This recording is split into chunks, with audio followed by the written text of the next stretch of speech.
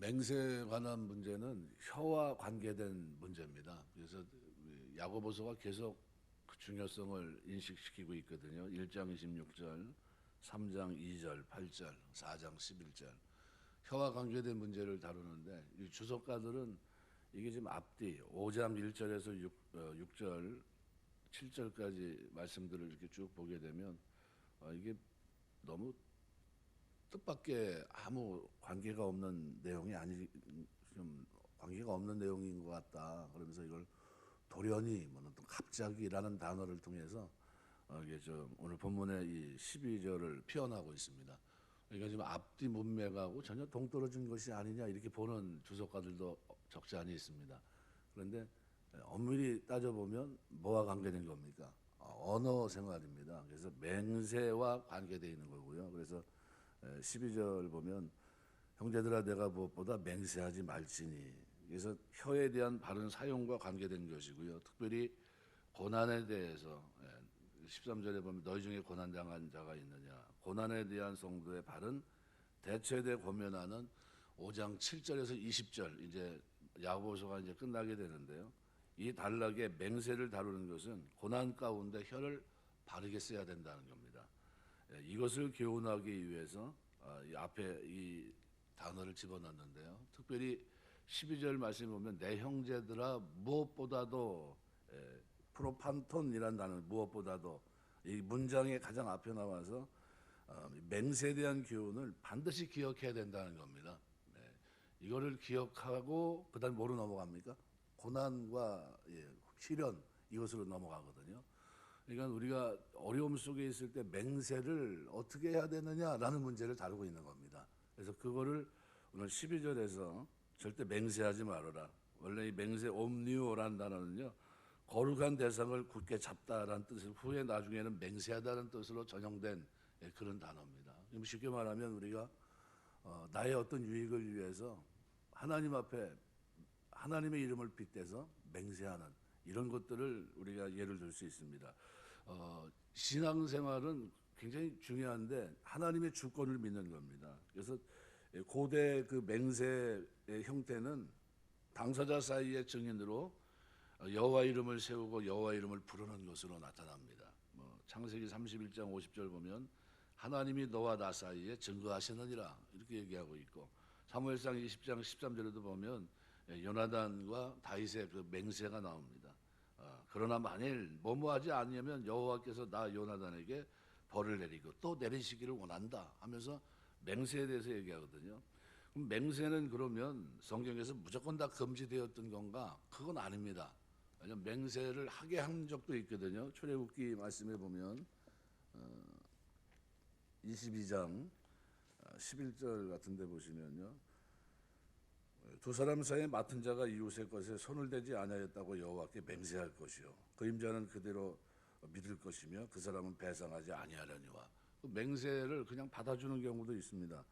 레위기 말씀에서도 19장 12절이라든가. 그러니까 굉장히 이렇게 맹세에 대해서 한쪽에서는 하게끔 했고 한쪽에서는 하지 못하게 했는데 왜 하지 못하게 하는가? 그것이 하나님의 주권을 인정하지 못하는 행위가 되고요. 결국은 하나님 앞에서 자기의 어떤 그 위기를 모면하려고 하는 그런 것들이 너무 강하기 때문입니다. 그래서 예수님도 맹세를 못하게 하셨습니다. 그래서 마태복음 5장에 보시면요, 33절서부터 36절까지 보시면은 이렇게 표현합니다. 또 옛사람에게 말한 바 헛 맹세를 하지 마라. 내 맹세한 것을 주께 지키라 하였다는 것을 너희가 들었으나 나는 너희에게 이르노니 도무지 맹세하지 말지니 하늘로도 하지 말라 이는 하나님의 보좌임이라 땅으로도 하지 말라 이는 하나님의 발등상이며 예루살렘으로도 하지 말라 이는 큰 임금의 성임이요 내 머리로도 하지 말라 이는 내가 한터럭도 쉬고 검게 할 수 없습니다. 오직 너희 말은 옳다 옳다 아니라 아니라 하라. 이에서 지나는 것은 악으로부터 나느니라. 그래서 굉장히 강력하게 얘기를 하고 있는데 이 내용을 야고보 사도가 그대로 받아들이고 있습니다. 그래서 똑같은 관점으로 얘기를 합니다. 그래서 맹세를 금했고요. 그리고 이 맹세를 통해서 12절에서는 정죄받음을 면하라 이렇게. 정죄 아래 떨어지지 않도록, 하나님의 심판에 떨어지지 않도록 주의하라 이런 뜻입니다. 그래야 심판을 면하리라라는 뜻입니다. 그래서 여기 12절의 이 말씀은 결국은 9절의 의미와 동일합니다. 형제들아 서로 원망하지 말라. 그리하여 심판을 면하리라. 보라 심판주가 문 밖에 계시느니라. 그러니까 이 맹세라고 하는 이 부분을 다루면서 야고보가 이것이 성도들 사이에 얼마만큼 중요한가 하는 것을 인식하고 있고요. 그 인식을 하며 우리가 살기를 원한다는 겁니다. 신앙생활은요, 하나님의 주권을 믿는 겁니다. 하나님께서 세상 전체를 다스리고 계시고 나에 대해서도 선한 계획을 갖고 계시다는 것을 믿습니다. 우리는 또 구속을 받았습니다. 이미 피로 값주고 사셨기 때문에 하나님의 소유입니다. 그러니까 우리는 자신의 인격 전체를 건 약속을 할 수가 없습니다. 왜요? 하나님의 소유가 됐기 때문입니다. 하나님의 백성이 됐습니다. 우리가 우리 자신의 것이 아니기 때문입니다. 주님의 것입니다. 그러면 중요한 결정은 누가 해야 됩니까? 주님이 하셔야 됩니다. 그런데 주의 뜻에 일치하면, 그래서 어떻게 해야 되냐면 주의 뜻에 일치하면 하고, 그렇지 않으면 거부하고, 이것이 우리가 결정해야 될 일입니다. 그러니까 마치 자기에게 모든 권한이 있는 것처럼 결정하고 마구 뭐 이렇게 모든 결정에 그냥 뭐 마치 신처럼 군림하고 하는 이런 것은 옳지 않다는 겁니다. 이것은 주님의 주권을 무시하는 겁니다. 예를 들어서 입다가 암몬 사람과 싸우려고 할 때 서원을 했는데, 사사기서에 나오는 이거 입다가 하나님 이번 전쟁에서 이기게 하시면 누구든지 내 진분에 나와 맨 먼저 나를 영접하는 자를 하나님께 바치겠습니다. 이 맹세와 서원이 필요했을까요? 필요하지 않았던 맹세입니다. 왜요? 이미 입다를 사사로 세운 것은 그를 통해 이길 수 있도록 하나님이 하시겠다는 뜻, 의지가 분명히 담겨 있는 겁니다. 그런데 그때 심정으로는 암몬을 이길 수만 있으면 무엇이든지 바칠 수 있는 비장한 각오가 거기에 있었던 겁니다. 그런데 이 쓸데없는 맹세를 했어요. 서원 기도를 했는데 전쟁에 이기고 돌아왔는데 그 입다의 딸이 서고를 치면서 그를 맞으러 나옵니다. 승리하고 돌아오면서 옷을 찢어요. 왜 그랬습니까? 자기 딸이 나왔기 때문이에요. 이런 서원을 하지 않아도 하나님은 그에게 승리를 주셨을 겁니다. 뭐 때문에요? 암몬을 물리치기 위해 입다를 택하신 분은 하나님이시기 때문입니다. 그런데 이 하나님의 주권을 인정하지 못하니까 헛된 맹세를 한 겁니다. 헤롯 왕의 그 맹세도 마찬가지입니다. 헤로디아의 딸이 춤으로 그를 기쁘게 했을 때 그는 그 계집 아이에게 맹세를 했습니다. 무엇이든지 요구하면 나라의 반이라도 주겠다. 그런데 계집 아이가 구한 것은 세례 요한의 머리였습니다. 결국 헤롯은 자기 맹세 때문에 자신이 존경하는 선지자를 죽였고 계속 죄책감에 시달릴 수밖에 없었습니다. 결국 이런 맹세는 무엇을 말해주냐 하면 이것은 하나님의 선한 뜻과 계획을 인정하지 못한다는 것을 보여주는 겁니다. 우리가 하나님 앞에 맹세라고 서원하는 것은 하나님과 흥정하는 것과 같고 하나님에 대한 신앙에 조건을 다는 겁니다. 그렇게 하지 않아도 하나님은 나에 대한 선한 계획을 갖고 계십니다. 만약 하나님께서 나의 기도를 들어주지 않는다면 이거보다 다른 훨씬 더 큰 선한 계획이 있는 것으로 믿게 되시길 주의 이름으로 축원합니다. 그래서 우리는 그리 아니하실지라도 이 신앙이 우리에게 필요합니다. 예를 들면 이런 겁니다. 하나님, 저는 제 아이의 병이 치료되기를 원합니다. 지금 심정으로는 무엇이든지 걸고 맹세하고 싶습니다. 그러나 주님, 그렇게 하는 것이 저의 불신이라는 것을 압니다. 왜요? 주님께서 제 아이를 데려가신다고 해도 저는 더 큰 선한 계획을 믿습니다. 그리 아니하실지라도 저는 하나님을 찬양합니다. 이런 고백을 드린다면 이건 기가 막힌 고백입니다.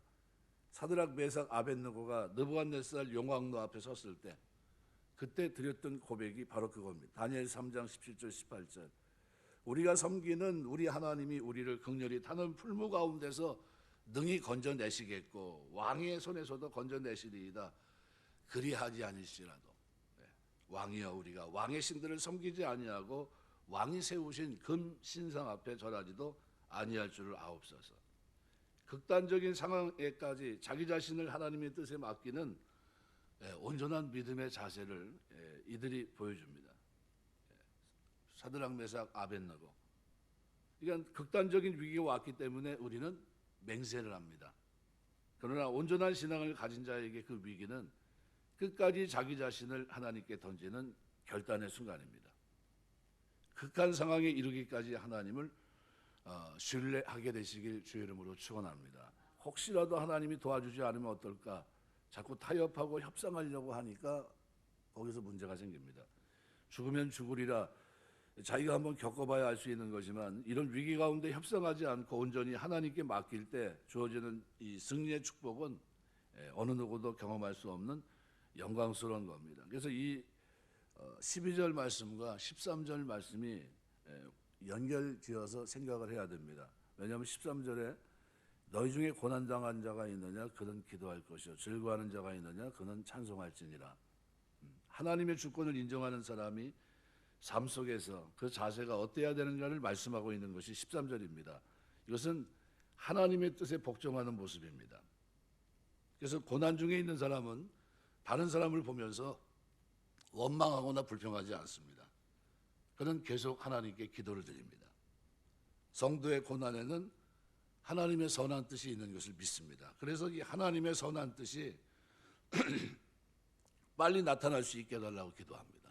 우리가 어려움 속에 있을 때 이런 기도를 드려야 돼요. 하나님, 도대체 이해가 되지 않지만 빨리 이것이 하나님의 선한 뜻이 나타나게 할 수 있도록 하나님 이것이 빨리 지나갈 수 있도록 해달라고 기도를 드려야 됩니다. 왜냐하면 주위에 지켜보는 눈이 너무 많아요. 그래서 늘 가끔 기도하면서 그런 기도를 드립니다. 하나님, 제가 목사인 줄 다 압니다. 하나님, 제가 목사인 줄 알고 기도한 게 있는데 이런 분들이 너무 지체가 되면 곤란합니다. 제가 그런 기도를 드릴 때가 있는데 마찬가지예요. 여러분이 뭐라고 기도하면 하나님, 제가 하나님 섬기는 거 다 합니다. 매일 새벽 기도하고 있고요. 하나님 앞에 늘 기도하는 줄 아는데 지체되면요 굉장히 곤란합니다. 내가 고통받는 건 괜찮지만 내 하나님이 어디 있냐 하면서 하나님의 이름을 모욕하는 것은 견딜 수가 없습니다. 시편의 다윗이 바로 이것을 경험하거든요. 고난 중에 있는데 내 하나님이 어디 있냐 했더니 어떻게 해요? 말할 수 없으니까 고통스러우니까 어떻게 해요? 하나님 앞에 탄식하며 기도하거든요. 눈물로 하나님 앞에 매달립니다. 그러니까 그 10년간의 도망자의 생활 속에서 그죠? 너 피할 데가 없잖아. 다 지금 둘러싸이고 넌 계속 도망 다니잖아. 너 뭐 길이 있어? 뭐 이러는 겁니다. 네가 섬기는 하나님, 너와 함께하는 하나님 도대체 어디 있어? 이렇게 얘기한 겁니다. 근데 속이 상하죠. 그 하나님 앞에 이 고난의 자리에서 다윗이 취했던 자세 뭡니까? 엎드려 기도한 거예요. 매달려서. 그러니까 우리가 하나님의 공의로운 판단이 빨리 나타날 수 있도록 기도해야 됩니다. 그리고 자신을 위해서도 기도합니다. 가장 위험한 것은 자포자기하는 거예요. 될 대로 되라. 스스로 포기하는 겁니다. 이것만큼 위험한 일이 없습니다. 왜냐하면 고난에는 하나님의 뜻이 있고 반드시 고난에는 끝이 있기 때문입니다. 끝이 안 보이는 고난도 끝이 있습니다. 그 고난이 끝나고 영광의 찬송을 부르려면 절대로 자포자기 상태에 빠지면 안 됩니다. 그래서 헛된 맹세하지 말고 고난 당한 자가 있느냐 기도할 것이요. 그죠? 우리가 살아가면서 이 기도가 고난 당한 자가 그의 하나님의 주권을 믿고 살아가는 사람들에게 가장 큰 능력은 뭡니까? 기도하는 삶이에요. 우리가 살아가면서 기도하게 되시길 주의 이름으로 축원합니다. 열심히 기도하셔야 돼요. 하나님 앞에. 또 즐거워하는 자가 있느냐 찬송할 것이다. 자기 자신에게 영광을 돌릴 확률이 대단히 좋습니다. 내가 이렇게 했다는 게 내가 실컷 인내하다가 좋은 결과가 나왔는데 스스로 자만에 빠져서 하나님께 영광을 돌리지 않고 자기 자신에게 다 영광을 돌려버립니다. 이것은 헛수고예요. 이것은 망령된 일입니다.